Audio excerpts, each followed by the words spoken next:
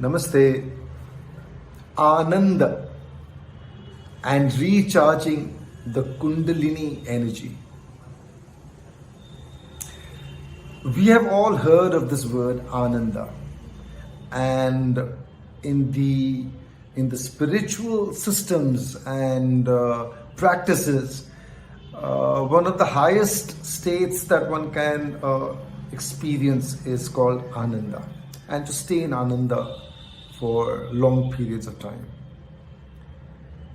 In fact, in India, many of our spiritual schools, they identify one's progress along the path of spirituality with the word Ananda.